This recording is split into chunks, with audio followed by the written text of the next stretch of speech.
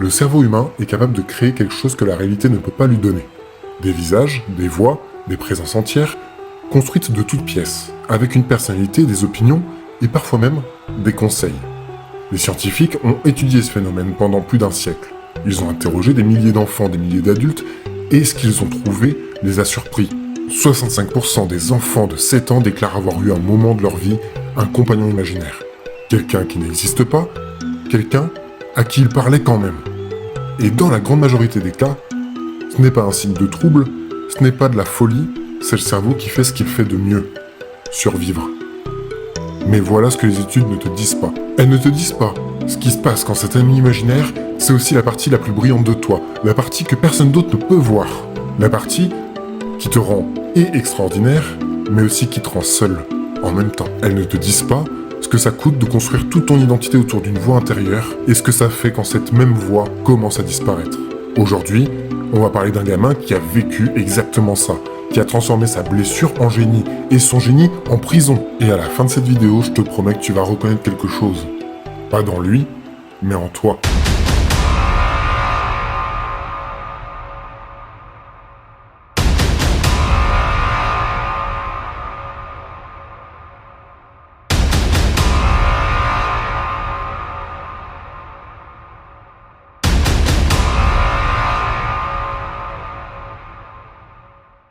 On se retrouve en 2018. La Fédération japonaise de football vient de réaliser quelque chose de douloureux. Le Japon n'a jamais gagné la Coupe du Monde, jamais atteint les demi-finales, dans un pays où le football est une religion. C'est une honte nationale qui dure depuis des décennies. Alors ils décident de faire quelque chose de radical, quelque chose que personne n'a jamais tenté à cette échelle. Ils construisent Blue Lock. Un programme, une installation, un laboratoire humain, dont le seul objectif est de produire le meilleur attaquant du monde, en partant de zéro. En prenant 300 lycéens japonais et en les mettant dans des conditions que le football n'a jamais vues. Les règles sont simples et brutales. Tu entres dans Blue Lock et tu joues. Tu gagnes, tu avances. Tu perds, tu rentres chez toi. Définitivement. Banni à vie de la sélection nationale japonaise. 300 gamins, un seul but et une conviction portée par l'homme qui a conçu tout ça. Jinpachi Ego. Et sa théorie tient en un mot. L'égoïsme. Selon lui, le football japonais a toujours échoué pour une seule raison. Ses joueurs sont trop collectifs, trop sages, trop disciplinés. Ils jouent pour l'équipe, jamais pour eux-mêmes. Et à son sens, le génie pur, le génie qui fait gagner des coupes du monde, il ne naît que dans l'égoïsme total, dans la certitude absolue que toi, et toi seul, tu es le meilleur sur le terrain. C'est dans ce monde-là que 300 garçons arrivent. Chacun avec sa rage, chacun avec son histoire, chacun convaincu que c'est lui qui va ressortir au sommet. Certains arrivent donc avec de la puissance, d'autres avec de la technique, et d'autres encore avec une intelligence tactique qui dépasse leur âge. Et puis il y en a un qui arrive avec autre chose. Il ne cherche pas la victoire, il ne cherche pas la gloire, il ne cherche même pas à prouver quelque chose. Il cherche quelqu'un. Quelqu'un qui ressemble à la seule présence qui l'a accompagné pendant toute son enfance. La seule qui n'a jamais abandonné. La seule qui ait toujours compris comment il voyait le jeu. Une présence que personne d'autre n'a jamais pu voir. Pour comprendre Bashira, il faut remonter avant Blue Lock, avant le football de haut niveau, avant tout ça. Il faut revenir à un enfant de 8 ans, dans une cour, qui vient de découvrir quelque chose. Que le football, c'est la seule chose au monde qui lui parle vraiment. Et dès le départ, il est différent, pas juste bon, différent. Il ne joue pas comme les autres enfants jouent. Il ne calcule pas, il ne réfléchit pas, il ressent le terrain, les espaces, les mouvements, avant qu'ils arrivent, comme si le jeu lui murmurait ce qui allait se passer une demi-seconde avant tout le monde. C'est ce que les chercheurs en neurosciences appellent la cognition implicite, cette capacité à traiter des informations complexes sans en avoir conscience. Bashira là, de façon anormale, hors norme, et c'est exactement là que le problème commence. Parce que dans la vie d'un enfant, être trop fort peut faire exactement autant de dégâts qu'être trop faible. Ses coéquipiers ne comprennent pas ses passes, son jeu. Ils finissent par en avoir même peur. Ils finissent par l'exclure. Pas violemment, pas avec des coups, plus que ça, avec de l'indifférence. Avec ces regards qui passent à travers toi comme si t'existais pas. Ces conversations qui s'arrêtent quand tu arrives, cette sensation que tu connais peut-être. D'être dans une pièce pleine de monde et d'être le seul à être seul. Et c'est là que quelque chose de fascinant se produit dans le cerveau de Bashira. La psychologie du développement a documenté ce phénomène chez des millions d'enfants à travers le monde.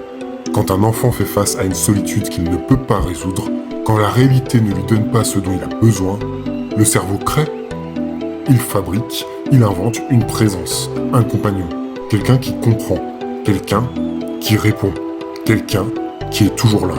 Et ça touche près de 65% des enfants. Cependant, Bachira est différent.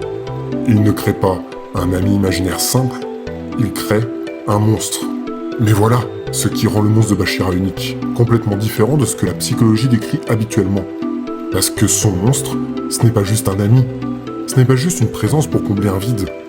C'est la forme que prend son talent quand il ne sait pas encore comment l'habiter. Alors, il lui donne un visage, une voix. Il externalise son génie parce que son génie est tellement grand, tellement hors de sa compréhension, qu'il ne peut pas encore croire que c'est lui. Moi, en tant que spectateur, je sais que le vrai monstre, c'est Bachira, sur un terrain. Mais Bachira, à cet âge-là, n'est pas encore prêt à être le monstre. À cette époque, une conversation de normalisation de ce fameux monstre a lieu avec sa mère. Je vous en dis pas plus, car vous le verrez, ce sera la clé de tout ce qui va suivre. Bref, revenons directement avec le vrai problème que peut porter un monstre imaginaire. Certes, il protège, il porte, il accompagne, mais il ne guérit pas. La psychologie clinique est formelle là-dessus. Un compagnon imaginaire construit pour combler une solitude comble effectivement cette solitude. Il remplit un vide. Il anesthésie une douleur. Mais le vide est toujours là. La douleur est toujours là. Simplement, tu n'as plus besoin de les regarder en face. Bachira grandit, son talent grandit, et sa dépendance au monstre grandit avec lui. Et il commence à comprendre quelque chose qui va le terrifier. Que se passe-t-il si le monstre disparaît? Il ne sait pas ce qu'il va rester. Bon, revenons à Blue Lock. 300 garçons, un seul couloir, et au bout, l'inconnu. La plupart arrivent avec quelque chose pour prouver, une rage, une ambition, un nom à construire, mais Bachira lui arrive avec une question. Est-ce qu'il existe vraiment quelqu'un comme lui? Et très vite, il comprend que cet endroit est différent, que ses joueurs sont différents, que pour la première fois de sa vie, il est dans une pièce où tout le monde a une sorte de monstre.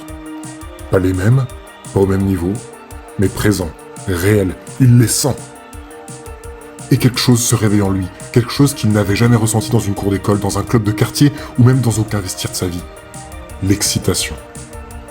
Et parmi tous ces monstres, il y en a un qui va tout changer. Ce n'est pas le plus fort, pas le plus rapide, et pas le plus technique. Il s'appelle Yoichi Isagi, un garçon ordinaire dans un monde d'extraordinaire, classé parmi les plus faibles du programme, un joueur que personne ne regarde vraiment, sauf Bachira. Parce que Bachira voit quelque chose que les autres ne voient pas encore. Cette façon qu'a Isagi de lire le terrain, de sentir les espaces, de comprendre instinctivement où le ballon doit aller avant même qu'il parte. La première fois que Bachira lui fait une passe, une de ces passes impossibles que personne n'a jamais su recevoir, Isagi la contrôle, parfaitement, naturellement. Et là, Bachira s'arrête, parce que pour la première fois de sa vie, quelqu'un a entendu ce que son monstre lui dictait. Ce qui se passe ensuite, c'est quelque chose que la psychologie de l'attachement décrit avec une précision troublante. Quand un individu qui a grandi dans l'isolement affectif trouve enfin quelqu'un qui le comprend, le cerveau réagit de façon disproportionnée. Pas juste du bonheur, pas juste du soulagement, une fixation. Isagi à ce moment-là devient l'encre de Bachira, sa nouvelle référence, sa preuve que le monstre est réel, que son talent est réel, que lui-même est réel. En psychologie, ça s'appelle l'attachement anxieux et ça ressemble à ça. Bachira ne joue pas pour gagner, il joue pour mériter l'existence aux yeux d'Isagi, pour que le monstre, cette partie de lui qu'il n'a jamais pu montrer à personne, soit enfin visible, enfin réelle, enfin acceptée. Et pendant un moment, ça marche. Ensemble, ils sont inarrêtables. Bachira crée, Isagi conclut, comme deux cerveaux qui partagent la même fréquence. Mais voilà ce que Bachira n'a pas encore compris. Il a transféré sa dépendance du monstre imaginaire à Isagi. Il n'a pas guéri sa solitude, il l'a déplacée. Sans Isagi, le monstre se tait. Sans Isagi, le jeu perd son sens. Sans Isagi, Bachira ne sait plus très bien qui il est. Et Blue Lock, dans toute sa brutalité, va s'en charger. Parce que Blue Lock n'a pas été conçu pour préserver les liens. Il a été conçu pour les briser. On rentre alors dans un arc où les joueurs du camp vainqueur peuvent choisir de recruter n'importe quel joueur du camp perdant. Une règle simple et impitoyable. Et Bashira, pour la première fois depuis qu'il a mis les pieds dans ce couloir, ressent quelque chose qu'il connaît très bien. La peur. Pas la peur de perdre, la peur d'être abandonné. Dans Blue Lock, être recruté par l'équipe adverse après une défaite, ce n'est pas vraiment une punition. C'est même une reconnaissance. Ça veut dire que même les ennemis te veulent, que ton talent est visible, réel, indiscutable. Et Bashira, pour la première fois depuis qu'il a mis les pieds dans ce programme, se sent reconnu. Pas par le monstre, pas par une voix intérieure, par des gens réels. Il rejoint alors sa nouvelle équipe. Il s'entraîne, il progresse, il joue. Et quelque part, de l'autre côté du programme, Isagi continue aussi. Et c'est là que Blue Lock lui envoie quelque chose qu'il n'avait pas anticipé. Pas une défaite, une image. Seishiro Nagi, un garçon qui a découvert le football il y a quelques mois à peine, qui ne transpire pas sur un terrain, qui ne souffre pas, qui ne cherche rien, qui reçoit les passes d'Isagi exactement comme Bashira les recevait, mais en mieux. Il y a des douleurs que le langage a du mal à capturer. Pas de la douleur de l'abandon, pas la douleur du rejet, quelque chose de plus chirurgical que ça. La douleur de réaliser que ce lien que tu croyais unique, cette fréquence que tu croyais partager avec une seule personne au monde, elle existe avec quelqu'un d'autre. Que finalement, tu n'étais pas irremplaçable. Que peut-être, tu n'étais pas spécial. La psychologie a un nom pour ce que Bashira ressent à ce moment précis. La blessure de substitution. Ce n'est pas la peur d'être abandonné, c'est quelque chose de plus profond, plus dévastateur. C'est la remise en question de ta valeur intrinsèque, de ce que tu apportes que personne d'autre ne peut apporter. Quand tu perds quelqu'un, tu gardes au moins la certitude que ce que vous aviez était unique, irréproductible, précieux. Mais quand tu vois cette personne reconstruire exactement la même chose avec quelqu'un d'autre, cette certitude disparaît. Et avec elle, une question s'installe. Silencieuse, mais cruelle. Est-ce que le monstre, ce talent que je pensais unique, est-ce qu'il m'appartient vraiment?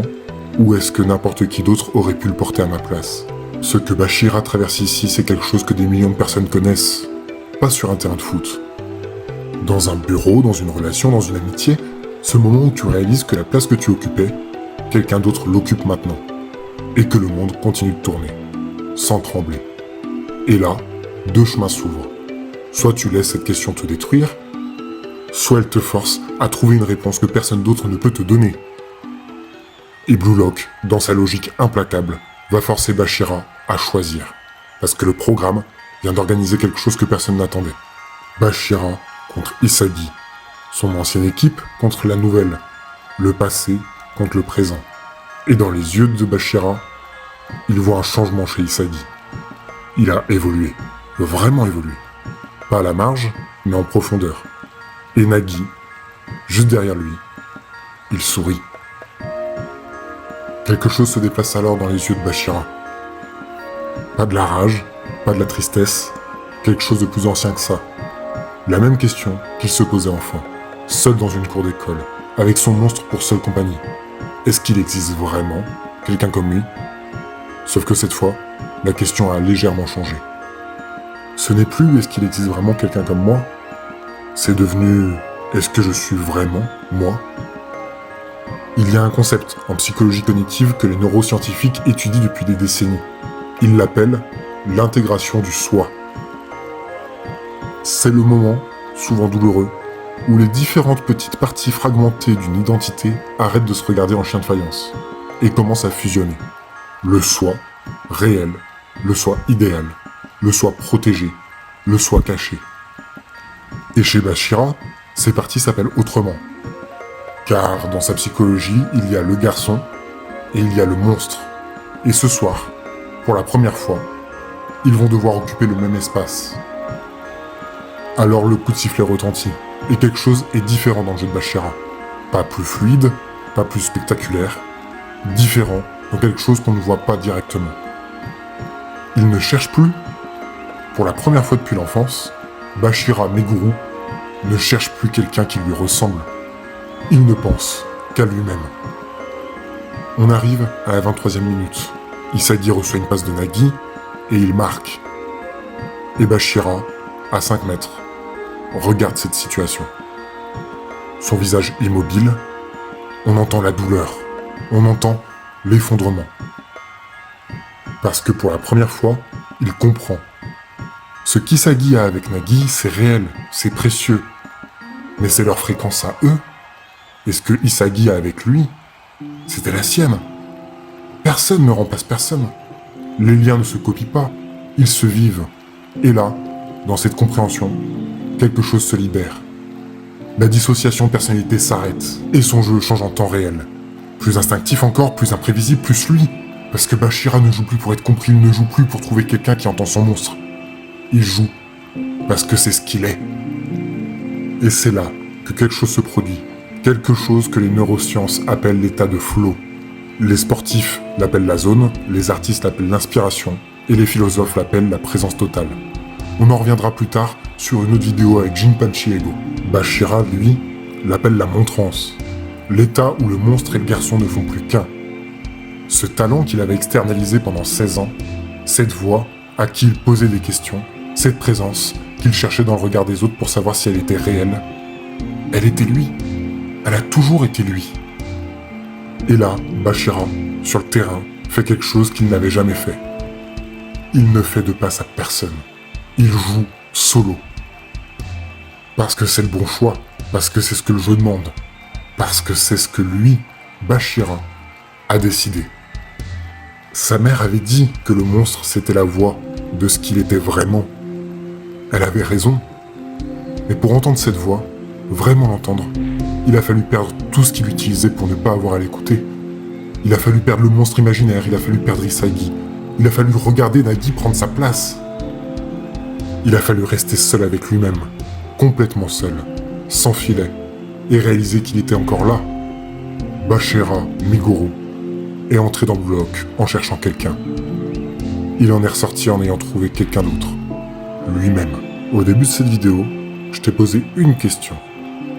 Est-ce que tu as déjà eu l'impression que quelque chose en toi était plus grand que toi-même ?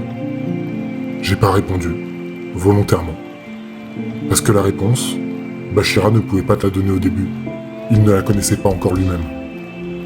Mais maintenant, il la connaît. Car cette chose en toi, qui semble plus grande que toi, ce n'est pas quelqu'un d'autre. C'est toi, avant que le monde t'apprenne à te méfier de toi-même. Avant le premier regard qui t'a fait comprendre que tu étais différent. Avant la première remarque qui t'a appris à ranger ce que tu ressentais. Avant toutes ces années à construire des versions de toi-même qui prenaient moins de place. Avant tout ça, il y avait quelque chose. Certains l'appellent l'instinct, d'autres le talent brut, d'autres encore la voix intérieure. Bachira, lui, l'appelait le monstre. Et pendant 16 ans, il a fait quelque chose que la plupart d'entre nous font aussi. Il lui a donné un visage différent du sien. Parce que c'est plus simple comme ça. Croire que ce qu'il y a d'extraordinaire en toi, ça vient d'ailleurs, d'une inspiration, d'une rencontre ou d'une circonstance, ça te protège. Et si ça disparaît, c'est pas ta faute. C'est juste que la source s'est tarie. Mais si c'était toi la source, alors tu n'as plus d'excuses. Ce que Blue Lock a fait à Bachira, ce que la séparation avec Isagi a fait, ce que le voir jouer avec Nagi a fait, c'est pas une histoire de football. C'est l'histoire de quelqu'un qu'on a forcé à regarder en face la seule question qui compte vraiment. Qui suis-je quand personne ne me regarde ? 65% des enfants ont un compagnon imaginaire. 65%. Des millions de gamins à travers le monde qui ont trouvé un moyen de porter ce qu'ils ne savaient pas encore porter seuls. Qui ont externalisé leur génie, leur sensibilité, leur différence. Pour survivre dans un monde qui ne comprenait pas encore qui ils étaient. Alors oui, la plupart grandissent et perdent ce compagnon. Naturellement, progressivement.